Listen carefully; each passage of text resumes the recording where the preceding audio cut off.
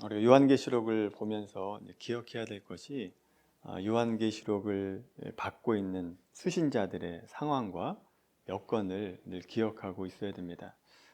요한계시록을 받는 초대교회 성도들은 네 가지 어려움이 있었다라고 말씀드렸습니다. 로마 황제를 나의 주님이다라고 고백하는 것을 거부하면서 로마의 직접적인 육신적인 박해를 받아왔습니다. 그리고 상인 길드에 들어가지 않으면서 경제적으로도 어려움을 많이 경험을 했었죠. 세 번째로 교회 내부적으로 이단과 또 잘못된 교리들로 인해서 교회 내부적인 어려움을 경험했고, 마지막으로 네 번째, 유대인들의 핍박과 조롱을 받았습니다. 자, 이처럼 초대교회는 내외적인 큰 어려움 속에 있었는데, 오늘 이제 본문 요한계시록 4장의 말씀 보시면 하늘 보좌에 앉아 계신 성부 하나님의 위엄과 영광된 모습을 우리가 보게 됩니다. 자, 우리가 보려고 하는 것은 고난 가운데 있는 초대교회 성도들이 지금 이 말씀, 하늘이 열리고 하늘 보좌에 하나님이 앉아 계신 이 모습을 보면서 과연 이 말씀이 어떤 의미로 다가왔겠는가라고 하는 것을 살펴보려고 합니다. 오늘 본문에 나오는 하늘 보좌에 앉아 계시니, 즉 성부 하나님의 모습을 한번 보십시오.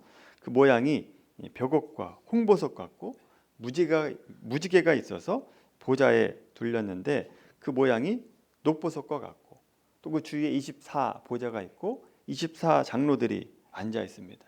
그리고 네 생물이 있는데, 그 생물들의 모습을 보니까 하나는 사자 같고, 하나는 송아지 같고, 하나는 인간의 모습을 하고 있고, 마지막 네 번째 독수리 같다라고 얘기합니다. 그 각각의 생물들이 6 날개를 가지고 있고, 그 생물들이 찬송하고 있다라고 말씀을 하고 있습니다. 여러분, 이 모습을 한번 머릿속에 상상을 한번 해보십시오.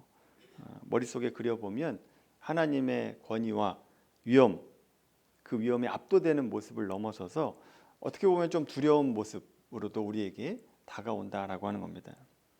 그런데 이 고난받는 성도들에게 이 하나님의 권위와 위엄의 모습이 과연 위로가 됐겠는가라고 하는 겁니다. 지금 고난받고 있는 성도들의 모습, 그리고 하나님의 그 권위의 모습과 위엄 있는 모습이 과연 초대교회 성도들에게 위로가 됐겠는가라고 하는 거죠. 물론 위로도 되겠습니다만, 글쎄요, 저는 어떻게 생각해 보면 내 고난과 동떨어진 하나님의 높으심, 하나님의 위엄과 권위가 별로 위로가 되지 않을 수 있지 않을까라는 생각을 하게 됩니다. 따라서 오늘 본문에 나오는 하나님의 존귀와 높으심이 고난받는 성도들에게 어떤 말씀인가라고 하는 것을 우리가 좀 깊이 살펴볼 필요가 있습니다. 사실 하나님은 오늘 본문의 말씀과 같이 이런 모습으로 나타나지 않아도 그 하나님 존재 자체가 권위의 모습이고 위엄에 있는 영광된 모습입니다. 그럼에도 불구하고 사도 요한이 하나님이 이렇게 묘사하고 있다라고 하는 것은 이런 모습을 통해서 훨씬 더 깊은 내용, 더 알려주고 싶어하는 내용이 있다라고 하는 것을 우리가 생각해야 된다라고 하는 거죠. 자, 이런 하나님에 대한 묘사가 무엇을 의미하는지 알려고 한다면, 여러분, 제가 요한계시록을 강론할 때 처음 말씀을 드렸는데, 성경을 통해서 해석해야 된다라고 말씀드렸습니다. 특별히 구약의 성경을 해석하면서 요한계시록을 이해해야 된다라고 말씀을 드렸는데, 자, 그런 면에서 오늘 본문과 같이 하나님을 묘사하고 있는 구약의 말씀을 찾아보면 이 말씀이 어떤 말씀인가를 우리가 더 깊이 알 수 있게 됩니다. 먼저 이사야 6장 말씀을 한번 찾아보겠습니다.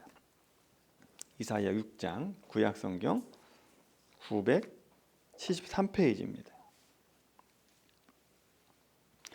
이사야 6장 1절부터 4절까지입니다. 구약 성경 973페이지 말씀입니다. 이사야 6장 1절에서 4절까지 말씀 우리 같이 읽겠습니다. 시작. 우시야 왕이 죽던 해에 내가 본즉 주께서 높이 들린 보좌에 앉으셨는데 그의 옷자락은 성전에 가득하였고 스랍들이 모시고 섰는데 각기 6 날개가 있어 그 둘로는 자기의 얼굴을 가리었고 그 둘로는 자기 발을 가리었고 그 둘로는 날며 서로 불러 이르되 거룩하다 거룩하다 거룩하다 만군의 여호와여 그의 영광이 온 땅에 충만하더라 하더라. 이같이 화답하는 자의 소리로 말미암아 문지방의 터가 요동하며 성전의 연기가 충만한지라. 아멘. 보시면 하나님을 모시고 서 있는 스랍들이 나오게 되고 6 날개를 가지고 있고 2 날개로는 얼굴을 가리고 2 날개로는 발을 가리고 2 날개로는 날고 있었다라고 말씀하고 있습니다. 그리고 찬양하는 모습을 보게 되죠. 자, 여기 이사야 6장 말씀에 중간에 끼워 놓으시고 다시 돌아와야 되니까 자, 에스겔 1장의 말씀 가보시면 보좌 위에 앉으신 하나님의 형상이 오늘 본문과 더욱더 비슷한 내용으로 나오는 것을 보게 됩니다. 에스겔 1장 말씀입니다. 구약성경 1151페이지입니다. 에스겔 1장 말씀 1151페이지 에스겔 1장 4절부터 14절까지 말씀입니다.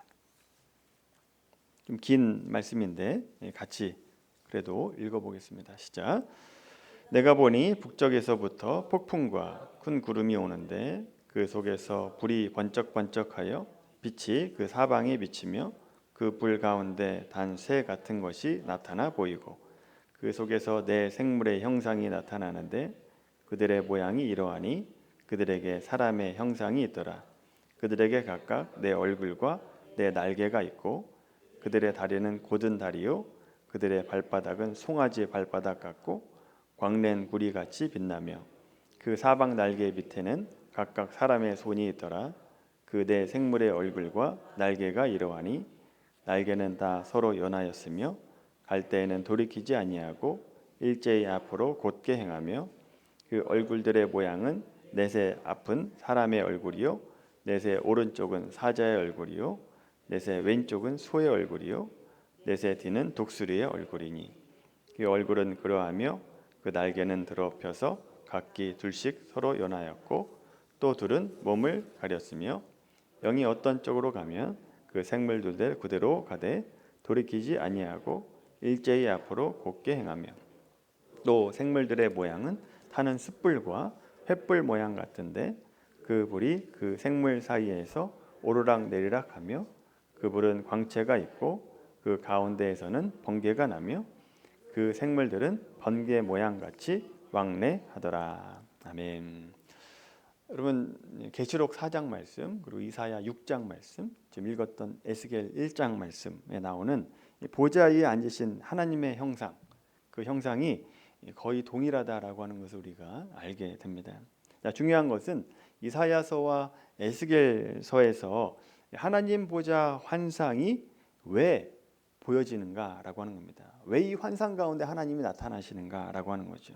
단순히 하나님은 존귀하고 영광스럽고 거룩하신 분이다라고 하는 것을 알려주기 위해서 이런 모습으로 나오는 것이 아니다라고 하는 거죠. 그렇다면 왜 이런 모습으로 나오시는가? 그 이유가 계시록에는 나와 있지 않습니다만 에스겔과 이사야서 말씀 이제 뒤에 말씀을 보시면 왜 이런 모습으로 나타나시는가라고 하는 것을 알게 된다라고 하는 거죠. 먼저 에스겔서 2장 말씀 보십시오. 에스겔 2장 말씀. 하늘 보좌의 환상 다음에 왜 이 모습으로 나타나는가? 그 다음의 말씀이 이 에스겔을 선지자로 부르고 있는 모습으로 연결되고 있다라고 하는 거죠. 그러니까 보좌 위에 거룩한 모습으로 나타나고 그 다음에 에스겔을 선지자로 부르고 있다라고 하는 겁니다. 자, 그리고 사명을 주십니다. 너는 가서 내 백성에게 회개를 촉구하라라고 말씀을 주시죠. 자, 그런데 에스겔 선지자의 말을 듣는 자들이 회개하는가라고 하는 겁니다. 에스겔 3장 7절에서 11절 말씀 보십시오. 에스겔 3장 7절에서 11절까지 말씀 같이 읽습니다. 시작. 그러나 이스라엘 족속은 이마가 굳고 마음이 굳어 내 말을 듣고자 아니하리니 이는 내 말을 듣고자 아니함이니라. 보라, 내가 그들의 얼굴을 마주보도록 내 얼굴을 굳게 하였고 그들의 이마를 마주보도록 내 이마를 굳게 하였으되 내 이마를 화석보다 굳은 금강석 같이 하였으니 그들이 비록 반역하는 족속이라도 두려워하지 말며 그들의 얼굴을 무서워하지 말라 하시니라. 또 내게 이르시되 인자야 내가 내게 이를 모든 말을 너희 마음으로 받으며 귀로 듣고 사로잡힌 내 민족에게로 가서 그들이 듣든지 아니 듣든지 그들에게 고하여 이르기를 주 여호와의 말씀이 이러하시다 하라. 아멘. 에스겔 선지자에게 너가 말씀을 전하라는 겁니다. 그들이 듣든지 아니 듣든지 가서 말씀을 전하라는 거죠. 근데 그들이 그 말을 듣고도 듣지 않을 거라는 겁니다. 오히려 너를 핍박할 것이다. 그러나 두려워하지 말고 말씀을 전하라는 거죠. 자, 그러니까 에스겔을 선지자로 부르시고 나서 그들이 듣지 않으야 할지라도 두려워하지 말고 전하라라고 이 말씀을 하기 위해서 하나님 보좌의 환상 가운데 있는 그 모습으로 나타나시고 사명을 주시고 있다라고 하는 겁니다. 이사야 6장 말씀 한번 다시 한번 가볼까요? 이사야도 마찬가지입니다. 이사야 선지자에게도 똑같습니다. 이사야 6장 5절부터 말씀인데 5절부터 13절까지인데 8절부터 보겠습니다. 이사야 6장 8절부터 13절까지 말씀 읽습니다. 시작. 내가 또 주의 목소리를 들으니 주께서 이르시되 내가 누구를 보내며 누가 우리를 위하여 밟고 하시니 그때에 내가 이르되 내가 여기 있나이다 나를 보내소서 하였더니 여호와께서 이르시되 가서 이 백성에게 이르기를 너희가 듣기는 들어도 깨닫지 못할 것이요 보기는 보아도 알지 못하리라 하여 이 백성의 마음을 둔하게 하며 그들의 귀가 막히고 그들의 눈이 감기게 하라.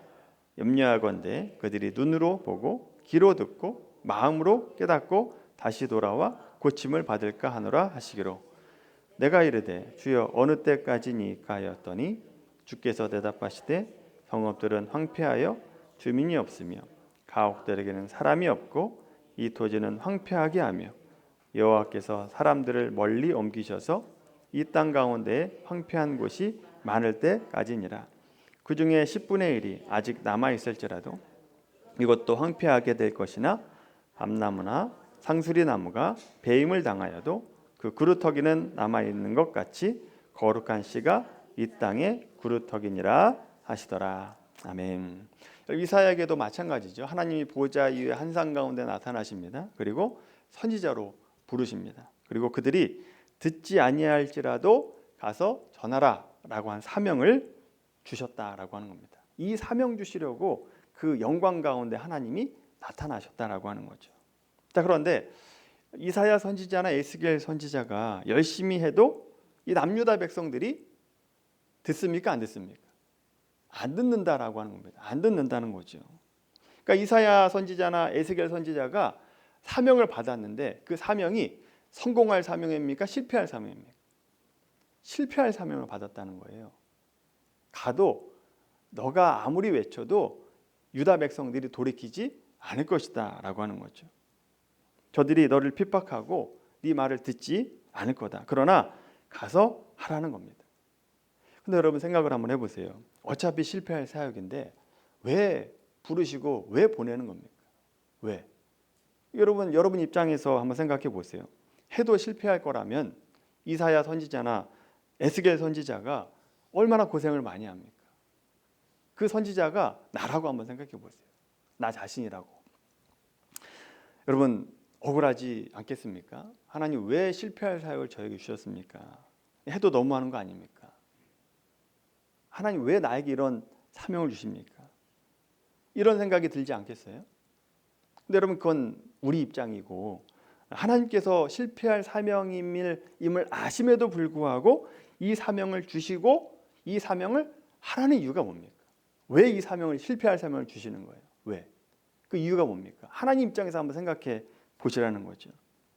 남유다 백성들이 회개하지 않고 돌이키지 않을 걸 알지만 선지자를 부르시고 선지자를 보내시는 이 속에서 포기하지 않는 하나님의 마음이 있다라고 하는 거죠. 이스라엘 백성들을 결코 포기하지 않고 놓지 않을 것이다라고 하는 하나님의 마음이 녹아져 있다라고 하는 겁니다. 너희들이 죄악 가운데 있을지라도 결코 너희를 놓지 않으리라라고 하나님의 마음이 그들을 보내는 것에 들어가 있다라고 하는 겁니다. 여러분 이것을 이해하셔야 됩니다. 이 마음, 하나님의 마음을 알아야 된다라고 하는 거죠. 그래서 이사야를 보내고 에스겔을 보냅니다. 뭐 둘만 보냈습니까? 얼마나 많은 선지자를 보냅니까? 실패할지라도 보내신다라고 하는 거죠. 왜요? 인간을 사랑하기 때문에. 우리를 포기하지 않으셨기 때문에 보내셨다라고 하는 거죠. 그리고 그 사랑과 열심으로 신약에 가서 누구를 보내십니까? 하나님의 아들 예수 그리스도를 보내시잖아요. 그 아들을 보내신 하나님의 마음을 이해하시겠습니까? 왜 보내시는지? 우리를 포기하지 않겠다는 겁니다. 그 아들까지 내어주시면서까지 너를 구원하시겠다라고 하는 것이죠. 우리의 패역함과 우리의 무지함을 예수 안에서 해결하고 기어코 구원해내시겠다. 하나님의 백성으로 만드시고 복주시고 거룩한 영광 가운데 너희를 오게 하겠다. 나에게 오게 하겠다라고 하는 하나님의 마음이 들어가 있는 거죠. 그리고 기어코 예수님으로 인해서 완성하셨다라고 하는 겁니다. 자, 그런 차원에서 이사야 선지자가 실패할 사명을 받았습니다만, 에스겔 선지자도 실패할 사명을 받았습니다만, 이 사역이 실패한 게 아니죠. 긴 과정 속에서 예수 그리스도가 오셔서 완성하셨기 때문에 긴 과정으로 보면, 넓은 눈으로 보면 이사야 선지자나 에스겔 선지자는 과정이었기 때문에 그건 실패가 아닙니다. 어떻게 보면 성공이다라고 말할 수 있는 거죠.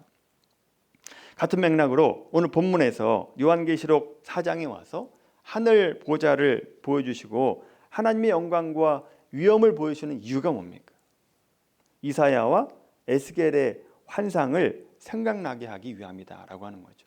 그 환상을 끄집어 와가지고 그래서 뭘 알려주시고자 하는 것이냐? 단순히 하나님의 영광과 위엄을 알려주시고자 하는 것이 아니라 하나님께서 옛적부터 우리에게 말씀하시고 예수로 인해서 완성하셨던 그 구원의 사역을 생각해 보라는 겁니다. 어떻게 예수님으로 인해서 구원이 완성됐는가? 예수로 구원을 완성하신 하나님이 이제 계시록에 들어가면서 예수님이 다시 오시면서 심판으로 모든 것을 마무리하실 것이다 라고 하는 것을 보여주기 위함이다 라고 하는 거죠. 과거 이렇게 했으니 너희들이 지금 고난 가운데 있을지라도 소망을 붙들어라. 마지막에 예수님이 오시면서 재림하시면서 모든 것을 완성하실 것이다 라고 하는 것을 알려주는 것이죠. 그래서 고난 중에도 소망을 가지라 라고 한 뜻에서 하나님의 위엄과 권위로운 모습으로 거룩한 모습으로 나타나시고 있다라고 하는 거죠. 여러분 이 말씀이 계시록을 받는 초대교회 성도들에게 왜 필요한 줄 아시겠습니까? 앞에서 말씀드렸잖아요. 초대교회는 외적으로 내적으로 어려움 가운데 있었습니다. 이런 고생을 하는 성도 가운데 어떤 생각을 하고 있겠습니까? 이런 고난을 감수하면서까지 예수 믿는 게 맞는가? 이런 회의감을 갖고 있는 성도들이 있지 않았겠습니까? 차라리 믿음을 포기하는 것이 더 지혜로운 게 아닌가? 이런 생각을 하는 성도들이 얼마나 많았겠어요. 그런 마음을 가진 초대교회 성도들에게 하나님이 우리를 구원하시기 위해서 무엇을 하셨는가를 생각해 보라라고 하는 거죠. 그 아들을 너희에게 십자가에 못 박아 죽기까지 그 아들을 내어주신 그 하나님, 그 아들을 너희의 머리로 주신 그 하나님을 생각해 보라는 거죠. 우리를 구원하는 것으로 끝나는 것이 아니라 예수님을 우리의 머리로 주셨습니다. 예수님과 하나 되게 하셨다라고 하는 거죠. 우리가 실패하지 않게 하기 위해서 예수님과 단단히 묶어 놓으셨다라고 하는 거죠. 예수 그리스도와 우리가 끊을 수 없는 유기체의 연합체로 우리를 모으셨다라고 하는 겁니다. 이처럼 하나님은 영광과 권능의 하나님은 모든 사랑과 열심을 우리를 위해서 쏟으신 분이고 우리의 궁극적인 승리를 위해서 역사를 주관하시는 분이시다라고 하는 그 말씀을 하기 위해서 영광된 모습으로 거룩한 모습으로 나타내 보이시고 있다라고 하는 거죠. 따라서 지금 내가 환난 가운데 있을지라도 여러분 그것은 손해가 아니라 우리의 유익을 위해서 있는 것이다라고 하는 믿음을 갖게 되기를 바랍니다. 여러분 중에 고난 가운데 있는 분들이 있다면 내가 실패하는 것 같고 또 내가 아무것도 아니고 왜 이런 어려움을 겪어야 되는가 이런 생각이 들을지라도 여러분 지금의 내 삶이 결과가 아니라 과정이다라고 하는 것을 기억하시고 좋은 결과를 주신 그 하나님, 마지막에 좋은 것으로 끝나게 하실 그 하나님을 기대하고 소망하는 우리 모두가 되기를 바랍니다. 여러분 근데 여기까지는 좋은데 그럼에도 불구하고 우리의 소망과 기대가 있습니다. 그리고 지금 우리의 현실에 고난과 어려움이 있죠.